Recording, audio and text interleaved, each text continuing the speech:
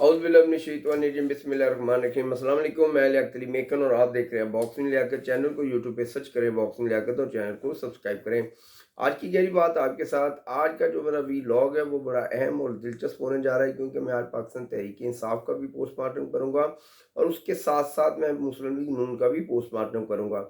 लेकिन आज का जो मेरा इस वक्त जो आप मेरा प्रोग्राम देख रहे हैं, ये सिर्फ पीटीआई के उन लोगों का पोस्टमार्टम होगा जो पाकिस्तान तहरीक इंसाफ को छोड़कर दूसरी जमातों में जा रहे हैं और ड्राई क्लीन होते जा रहे हैं। और इदारों को इनका जवाबदेह होना होगा और कौम इनसे किस चीज़ का हिसाब मांगती है, इस पे बात करनी है।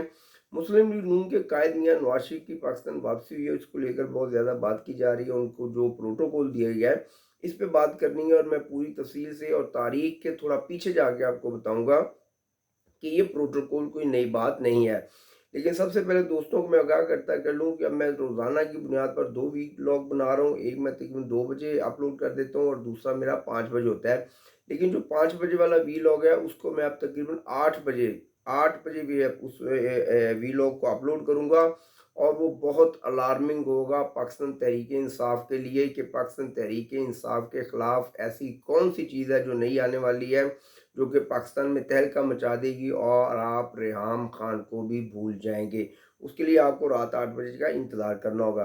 देखिए, पाकिस्तान तहरीक इंसाफ के जो लोग पाकिस्तान तहरीक इंसाफ को छोड़कर पाकिस्तान इस्तेकाम पाकिस्तान पार्टी या उस पार्टी में जिसके कायद परवेज़ खटक है, कौम उनसे हिसाब मांगती है। मालम जब्बा का उनसे हिसाब मांगती है, BRT का। परवेज़ खट्टर बाकायदा खुद नामजद हैं BRT केस के अंदर और नैब में वो जो है उसका वो केस पड़ा है। और बड़े अफसोस के साथ ये कहा जा रहा है कि नैब ने अभी तक उस पर अपनी कार्रवाई शुरू नहीं की, ना ही मालम जब्बा पर की है। महमूद खान जो कि मालम जब्बा में नामजद है और BRT में परवेज़ खटक नामजद हैं।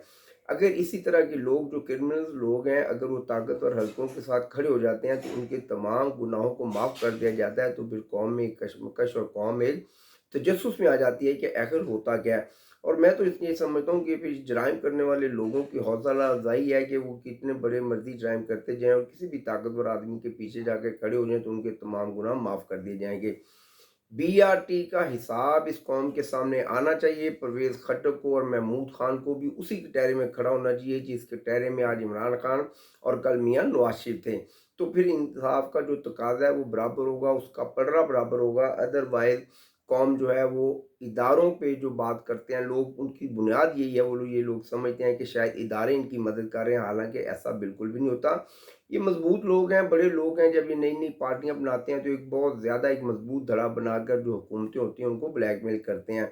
निगरान हुकूमत से मेरा तकाजा है कि मालम जब्बा और BRT का जो केस है उसको ओपन करें और ये वाजिया कर दें सब पर कि निगरान हुकूमत किसी की भी मददगार नहीं है। प्रोटोकॉल मियाँ नवाज शरीफ साहब को प्रोटोकॉल दिया गया है जी, उस पर बहुत ज़्यादा बात की गई है। क्या ये कोई नई बात है? आप तारीख में जाएं, आप 2001 में 2002 में वापस जाएंगे तो आपको तारीख बताएगी कि मियाँ नवाज शरीफ हमेशा प्रोटोकॉल के साथ ही पाकिस्तान से बाहर गए और हमेशा प्रोटोकॉल के साथ ही पाकिस्तान वापस आए। क्या जब मियाँ नवाज शरीफ पहली दफ़ा जब उनको जलावतन किया गया तो उनको लेने के लिए कौन आया? एक त्यारा आया जो कि सऊदी अरब का शाही त्यारा था।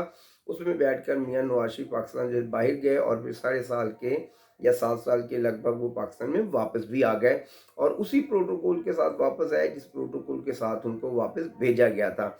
और इस दफ़ा भी मियाँ नवाज शरीफ को स्पेशल एम्बुलेंस लेने पाकिस्तान वापस आई, लेकिन वो एक अलहदा बात है कि मियाँ नवाज शरीफ अपनी सीट पर बैठकर और बड़े मज़े से उन्होंने लंदन की उड़ान भरी। तो जब वापस आए हैं तो एक बंदा जिसको पूरे प्रोटोकॉल के साथ पाकिस्तान से रवाना किया जाता है, तो जब उसे पाकिस्तान वापस लाया जाता है तो फिर भी वो उसी प्रोटोकॉल का हकदार होता है और उनको वो हक दिया गया। और ये हक सिर्फ उनके लिए होता है, मेरे लिए या आपके लिए नहीं होता।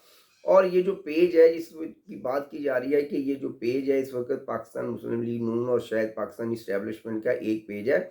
देखिए, मियाँ नवाज शरीफ साहब की जो सियासत है उस पर भी आपको नज़र डालनी होगी और हमें ये देखना होगा कि ये पेज इलेक्शन से पहले पड़ता है या कि इलेक्शन के बाद पड़ता है। क्योंकि वो कहते हैं ना, हसन निसार ने कहा था और एक बड़ी पुरानी कहावत है कि सिरा नाल आदत हमेशा सिरा नाल जांदियां ने, आदत उंज नहीं जांदियां। मेरी जो आदत है मैं अपनी उस आदत को नहीं छोड़ सकता। अगर मैं किसी के बारे में नेगेटिव सोचता हूँ तो मैं नेगेटिव सोचूंगा, अगर मैं किसी के बारे में अच्छा सोचता हूँ तो मैं हमेशा अच्छा ही सोचूंगा। ये हर इंसान की फितरत है, वो अपनी नेगेटिव और अपनी जो उसकी एक आदत होती है उसकी اس کو چھوڑنا انسان کے لیے سب سے مشکل ہوتا ہے اور سب سے آسان ہوتا ہے کسی کو بھی کوئی سبق دینا، اور سب سے مشکل ہوتا ہے اس سبق پر عمل کرنا۔ 16 سالہ آپ کی جو حکومت ہے وہ آپ کا پیچھا کرے گی الیکشن میں، اور جس میں 14 ماہ تقریباً اسحاق ڈار صاحب کی جو کارکردگی تھی اس نے قوم کے دل دہلا دیے ہیں اور قوم کو بہت زیادہ مایوس اور پریشان کیا ہے۔ اور اس وقت زیادہ میرے حساب سے مایوس کیا جب آپ نے اسٹیج کے اوپر اسحاق ڈار صاحب کا ہاتھ لہرا دیا اس کبوتر کی طرح، اور قوم کو یہ واضح پیغام دیا کہ یہی وہ بندہ ہے ایک میرے پاس جو کہ شاید ملک کے تمام معاملات کو آگے جا کر سیٹل کرے گا۔ اگر اسحاق ڈار سیٹل کرے گا تو پھر اس ملک کا اللہ ہی حافظ ہے۔ دیکھیں میں پھر کہہ رہا ہوں، میں ہمیشہ نیوٹرل بات کرتا رہا ہوں، میں نے پاکستان تحریک انصاف کے خلاف ضرورت سے زیادہ پروگرام کیے، اور اس لیے کیے کہ وہ اقتدار میں تھے اور اقتدار میں رہنے والے پر ہی تنقید کی جاتی ہے، اور آج میں یہ اپنی بات جو ہے اس کو سچ ثابت کر رہا ہوں۔ آج میں مسلم لیگ نون پر تنقید کرتا ہوں، پاکستان تحریک انصاف پر تنقید کرتا ہوں، پاکستان پیپلز پارٹی پر تنقید کرتا ہوں، اور جو بھی اقتدار میں آئے گا یا